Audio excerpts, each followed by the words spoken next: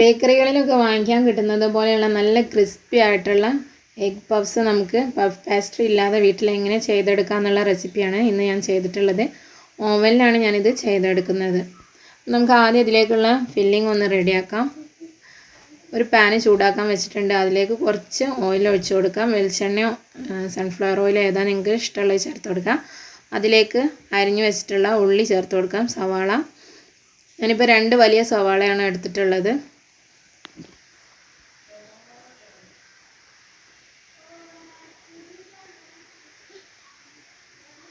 അതിലേക്ക് ഒരു 2 പച്ചമുളക് വട്ടത്തിൽ അരിഞ്ഞ കൂടെ ചേർത്തിട്ടുണ്ട്. പച്ചമുളകിൻ്റെ അളവ് നിങ്ങൾക്ക് വേണമെങ്കിൽ കൂട്ടി കൊടുക്കാം. കൂടുതൽ എരിവ് വേണ്ടവർക്ക് ഒരെണ്ണം കൂടെ ഒക്കെ ചേർത്ത് കൊടുക്കാവുന്നതാണ്. ഇനി ഇത് നന്നായി ഒന്ന് വഴറ്റിയെടുക്കാം. അതിനായിട്ട് പെട്ടെന്ന് വഴന്ന് വരാൻ കുറച്ച് ഉപ്പ് ചേർത്ത് കൊടുത്തിട്ടുണ്ട്.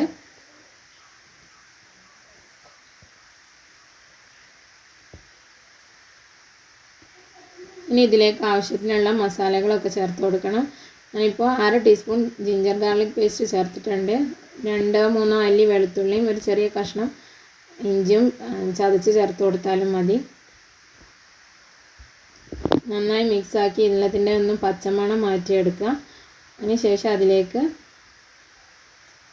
ഒരു സ്പൂണിൻ്റെ പകുതി മല്ലിപ്പൊടി, അതുപോലെ തന്നെ ഒരു 1/4 സ്പൂണ് മഞ്ഞൾപ്പൊടി, ഒരു നുള്ള് ഗരം മസാലയും ചേർത്ത് കൊടുത്തിട്ടുണ്ട്. ഇനി ഇതെല്ലാം കൂടെ ഒന്നുകൂടെ ഒന്ന് വഴറ്റിയെടുക്കുക. അതിൻ്റെ കൂടെ കുറച്ച് കറിവേപ്പില കൂടെ ചേർത്തിട്ടുണ്ട്. മല്ലിയിലയുടെ ഇഷ്ടമുള്ളവർക്കാണെങ്കിൽ മല്ലിയില കൂടെ ചേർത്ത് കൊടുക്കാം. എല്ലാം കൂടെ നന്നായി ഒന്ന് വഴന്ന് വന്നു കഴിഞ്ഞാൽ നമുക്ക് തീ ഓഫ് ചെയ്യാം. ഇതിലേക്ക് ആവശ്യത്തിനുള്ള എഗ്ഗും കൂടെ പുഴുങ്ങി റെഡിയാക്കി വെക്കണം. ഇനി നമുക്ക് പഫിൻ്റെ ഷീറ്റ് ഉണ്ടാക്കാൻ വേണ്ടിയിട്ട് കുറച്ച് മൈദ എടുത്തിട്ടുണ്ട്. അതിലേക്ക് ആവശ്യത്തിനുള്ള ഉപ്പ് ചേർത്ത് കൊടുത്തിട്ട് നന്നായി ഒന്ന് മിക്സ് ചെയ്ത് കൊടുക്കുക. ഇനി ഇതിലേക്ക് കുറച്ചായിട്ട് വെള്ളം ചേർത്തിട്ട് നന്നായി ഒന്ന് കുഴച്ചെടുക്കണം. പച്ചവെള്ളമാണ് ഞാൻ എടുത്തിട്ടുള്ളത്. നമ്മൾ ചപ്പാത്തി മാവൊക്കെ കുഴക്കുന്ന പോലെ തന്നെ കുഴച്ചെടുക്കുക. അതിനേക്കാളും കുറച്ചുകൂടെ ഒന്ന് അയഞ്ഞ രീതിയിലായിരിക്കണം കുഴച്ചെടുക്കുമ്പോൾ ഉണ്ടാവേണ്ടത്. നല്ല ടൈറ്റ് ആവരുത്, കുറച്ചൊന്ന് ലൂസായിട്ട്. ചപ്പാത്തി മാവിന് നമ്മൾ എങ്ങനെയാണ് കുഴക്കുന്നത് അതിനേക്കാളും കുറച്ചൊന്ന് അയഞ്ഞ രീതിയിൽ കുഴച്ചെടുത്താൽ മതി.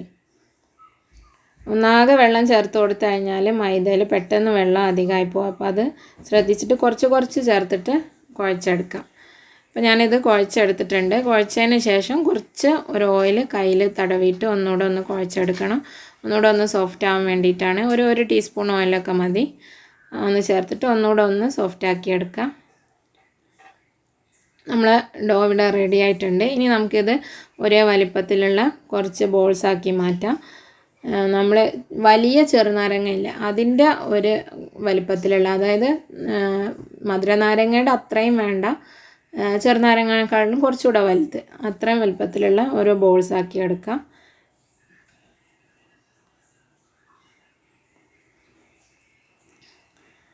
ഇനി നമ്മൾ റെഡിയാക്കിയിട്ടുള്ള ബോൾസ് കുറച്ച് ഓയിലിൽ ഒന്ന് ഡിപ്പ് ചെയ്ത് വെച്ചേക്കാം. നമുക്ക് കുറച്ച് സമയം, ഒരു 10 മിനിറ്റ് സമയം, നമ്മൾ ബാക്കിയുള്ള സംഗതികളൊക്കെ ഒന്ന് റെഡിയാക്കുന്ന സമയം വരെ റെസ്റ്റ് ചെയ്യണമെന്ന് നിർബന്ധമൊന്നുമില്ല. അതിനകത്ത് മാറ്റി വെക്കാം. നമുക്കൊന്ന് കുറച്ച് സമയത്തേക്ക് ഒന്ന് ബോൾസ് ആക്കിയിട്ട് വേണം മാറ്റി വെക്കാനായിട്ട്. എല്ലാ ഭാഗത്തും ഒന്ന് ഓയിലായിട്ട് മാറ്റി വെച്ച് കഴിഞ്ഞാൽ നമുക്കിത് പരത്തിയെടുക്കാനുള്ള എളുപ്പത്തിന് വേണ്ടിയിട്ടാണ് ഇങ്ങനെ ചെയ്യുന്നത്.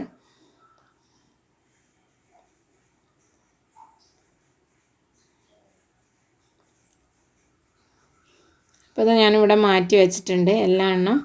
ഇനി നമുക്കിതൊന്ന് പരത്തിയെടുക്കണം. നമ്മൾ പരത്തിയെടുക്കുമ്പോൾ ആദ്യം നമ്മൾ എവിടെയാണോ വെച്ച് പരത്തുന്നത് അവിടെ നന്നായിട്ട് കുറച്ച് ഓയിൽ സ്പ്രെഡ് ചെയ്ത് കൊടുക്കുക. അതിൻ്റെ മുകളിലേക്ക് നമ്മൾ റെഡിയാക്കി വെച്ചിട്ടുള്ള ഓരോ ബോൾസായിട്ട് എടുത്തിട്ട് കൈ വെച്ചിട്ട് ഇതുപോലെ പരത്തിയെടുക്കുക. പെട്ടെന്ന് തന്നെ ഇത് പരന്ന് വരും. നന്നായി ഓയിലാക്കി കൊടുത്താൽ മതി, നന്നായി പരന്ന് വരും.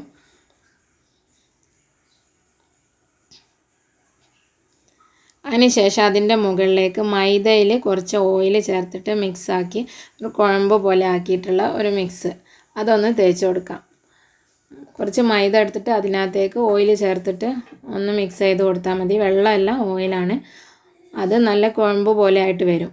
അത് ഇതിൻ്റെ മുകളിൽ തേച്ച് കൊടുക്കുക. എന്നിട്ട് ഇതുപോലെ നിങ്ങൾ വീഡിയോയിൽ കാണുന്ന അതേ രീതിയിൽ മടക്കിയെടുക്കുക. എന്നിട്ട് മടക്കിയതിൻ്റെ മുകളിലും നമ്മൾ നേരത്തെ തേച്ചിട്ടുള്ള മൈദയും ഓയിലും കൂടെ ഉള്ള മിക്സ് ഒന്ന് തേച്ച് കൊടുക്കാം.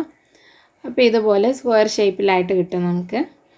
ഇനി നമുക്ക് വേണമെങ്കിൽ ഇതിൻ്റെ 4 സൈഡും ഒന്ന് കട്ട് ചെയ്തെടുക്കാം. എന്തിനാണെന്ന് വെച്ചാൽ നമ്മൾ ബേക്കായിട്ട് വരുമ്പോൾ ആ ലെയർ കറക്റ്റായിട്ട് ഇങ്ങനെ തുറന്നിരിക്കുന്നത് കാണാൻ വേണ്ടിയിട്ടാണ്. മസ്റ്റല്ല അത് കട്ട് ചെയ്യണം എന്നുള്ളത്.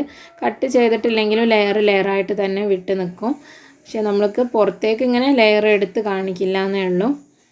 അപ്പോൾ എടുത്ത് കാണിക്കാൻ വേണ്ടിയിട്ടാണ് ഇങ്ങനെ കട്ട് ചെയ്ത് കൊടുക്കുന്നത്. വേണ്ടവർക്ക് ചെയ്യാം, വേണ്ടെങ്കിൽ ഈ ഒരു സ്റ്റെപ്പ് സ്കിപ്പ് ചെയ്യാം.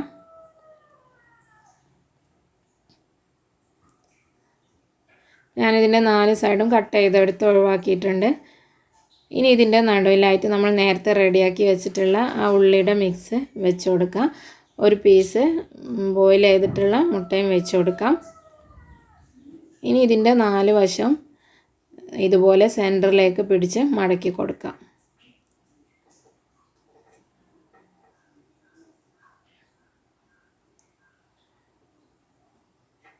ഇതേ രീതിയിൽ ബാക്കിയുള്ള എല്ലാ ഷീറ്റും നമുക്ക് ചെയ്തെടുക്കാം. എന്നിട്ട് മാറ്റി വെക്കുമ്പോൾ കുറച്ച് ഓയിൽ സ്പ്രെഡ് ചെയ്തിട്ട് വേണം വെക്കാൻ, അല്ലെങ്കിൽ താഴെ ഒട്ടിപ്പിടിക്കും. അപ്പോൾ ഞാൻ എല്ലാം റെഡിയാക്കിയിട്ടുണ്ട്. ഇനി നമ്മളിത് ബേക്ക് ചെയ്യാൻ പോവുകയാണ്. ബേക്കിംഗ് ട്രേയിൽ ഒരു ബട്ടർ പേപ്പർ വെച്ചിട്ടുണ്ട്. വെച്ചിട്ടില്ലെങ്കിലും കുഴപ്പമൊന്നുമില്ല, ഒട്ടിപ്പിടിക്കില്ല.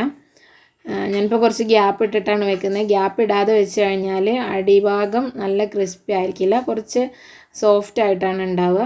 ഗ്യാപ്പ് അത്ര സോഫ്റ്റ് മതി എന്നുള്ളവർക്ക് ഗ്യാപ്പ് ഇല്ലാതെ വെച്ച് കൊടുത്താൽ മതി. 200 ഡിഗ്രി പ്രീ ഹീറ്റ് ചെയ്തിട്ടുള്ള ഓവനിലാണ് നമ്മളിത് 20 മിനിറ്റ് ബേക്ക് ചെയ്തെടുക്കുന്നത്.